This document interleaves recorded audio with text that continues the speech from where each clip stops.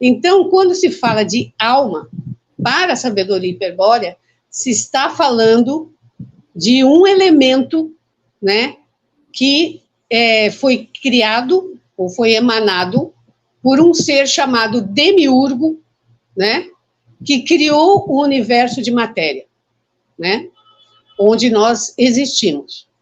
O universo de matéria foi criado por um Demiurgo, que seria um Deus criador, né? E como ele, há vários demiurgos, só que nós estamos imersos no universo dele.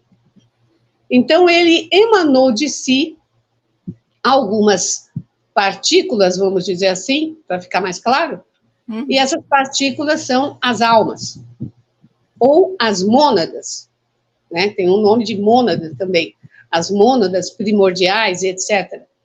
Então, a alma em si é uma parte do demiurgo, em nós. E, segundo a sabedoria hiperbórea, o espírito não pertence a esse universo criado. O espírito veio de fora. O espírito é uma entidade não criada pelo demiurgo, sendo que o próprio demiurgo é um espírito imortal, né, eterno. Assim como o nosso espírito é imortal e eterno. A alma não é.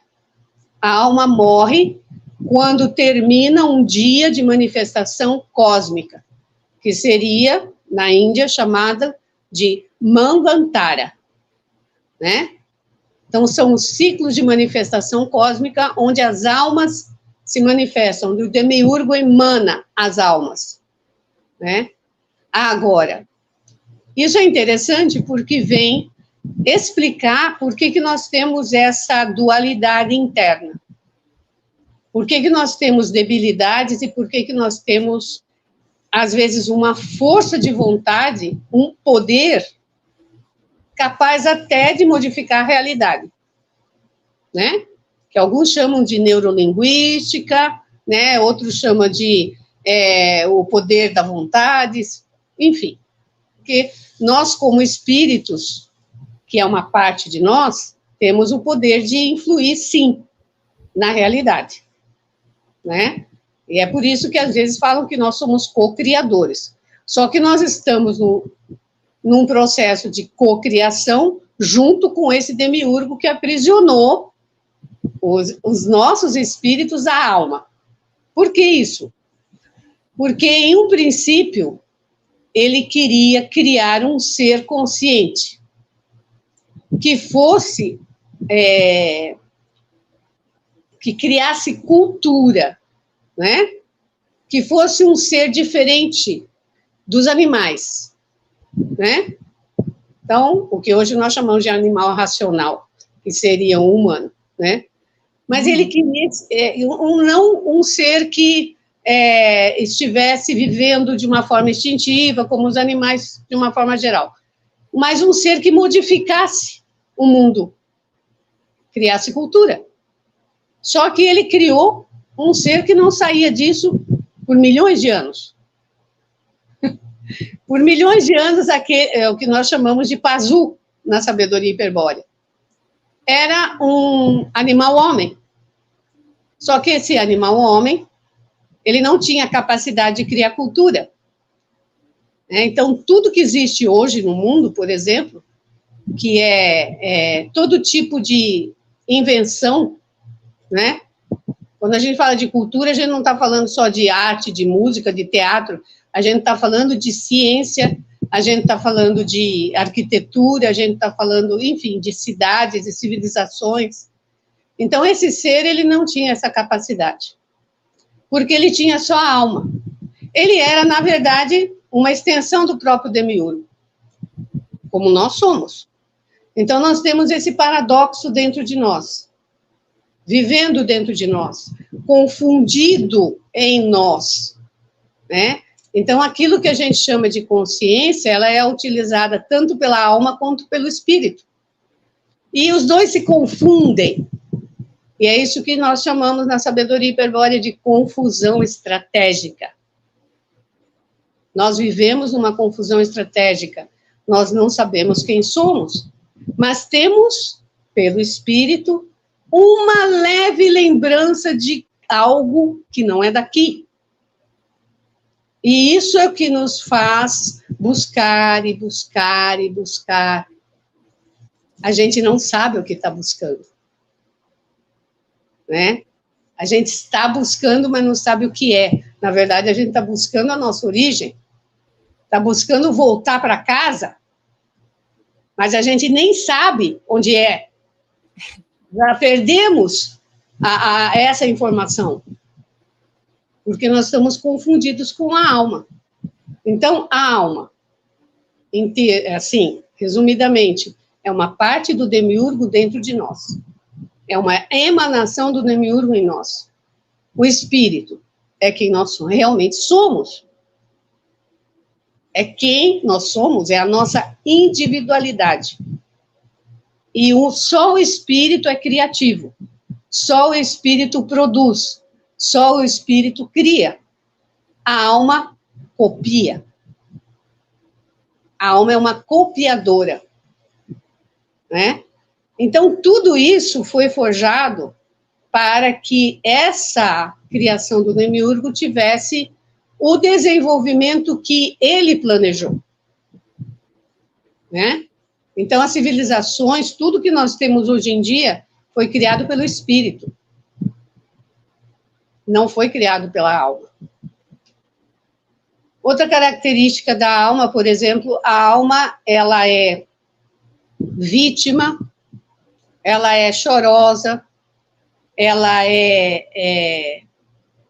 tem vários defeitos, vamos dizer assim, né? Várias fraquezas, né? E o espírito é guerreiro, o espírito é lutador, é honrado. Aquilo que representa o espírito, os heróis da antiguidade, os mitos da antiguidade representam o espírito, com toda a força e a potência que o nosso espírito tem. Então, os mitos, na verdade, representam nós mesmos. Então, aí você, por exemplo, estuda Carl Jung e você encontra lá todos os mitos referentes à psique humana. Somos nós. É a nossa interioridade, que é extremamente complexa, porque nós já vivemos há milhões de anos nessa situação, nessa confusão estratégica, né? Então, tudo que se faz, né, tudo que se produz, que se cria, tudo aquilo que é original vem do espírito humano, mas não da alma, né? Então, na alma você encontra praticamente algumas filosofias que chamam de ego, né? Todos os defeitos que a pessoa tem, mas na verdade é ao contrário. Na verdade, o ego é o espírito, é o eu, né? E o conjunto de defeitos e fraquezas e, enfim, tudo aquilo que a gente costuma não gostar em nós e nem nos outros é da alma, né? A alma é fraca, e o espírito não. Então, há uma grande diferença, é como se fosse água e óleo, né? Não se misturam, são coisas diferentes. Mas dentro de nós, isso foi misturado. Dentro de nós, isso está confundido. E é por isso que a pessoa tem muitos conflitos internos. Muitos conflitos, porque, na verdade, são dois senhores que ela tem dentro. Só que ela não consegue diferenciar. Sim. Há muitas coisas que você faz, por exemplo, que você se arrepende, você fala assim, puxa, eu não deveria ter feito isso, né? Se eu tivesse pensado melhor, analisado melhor, quem analisa, na verdade, é o espírito. O espírito vamos dizer assim, é lógico, vamos dizer, usar essa palavra. A alma normalmente vai pela emoção, vai pelo sentimento, né? Então, sempre acaba fazendo besteira, vamos dizer assim, né? E isso existe dentro de nós, essa dicotomia.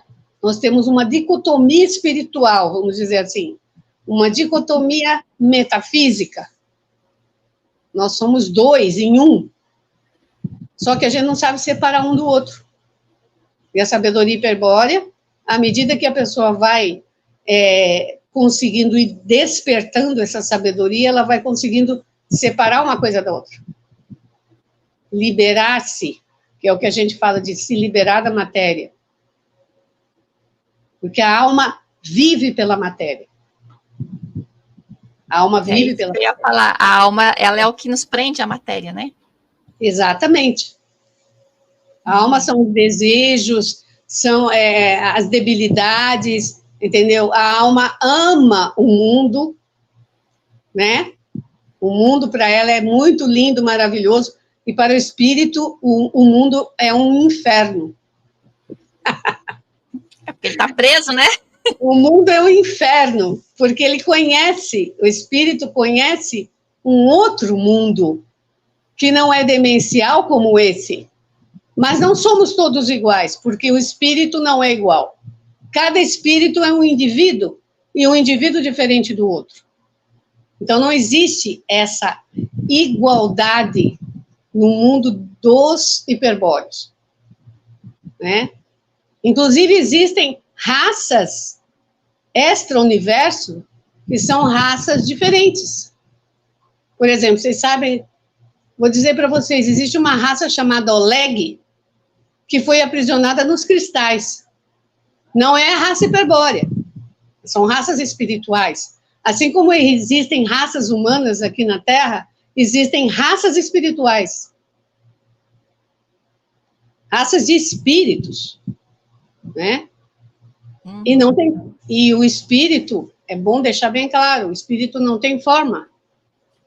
Ele assume ou ele incorpora uma forma que ele quiser, né? Então, ele não é condicionado pela forma, né? Ele não é condicionado. Só que quando ele entra em um universo criado, ele assume uma forma. Porque nada se manifesta em um universo de matéria se não tiver matéria para interagir, né? E eles, vamos dizer assim, que seja antimatéria, o espírito, né? Ou seja, o que a matéria é, o espírito não é. O que a alma é, o espírito não é. Então, é totalmente o oposto. Gostou desse corte? Então acesse o link na descrição e veja o vídeo na íntegra. Aproveite e se inscreva no canal, deixe seu like e compartilhe o vídeo. Até a próxima!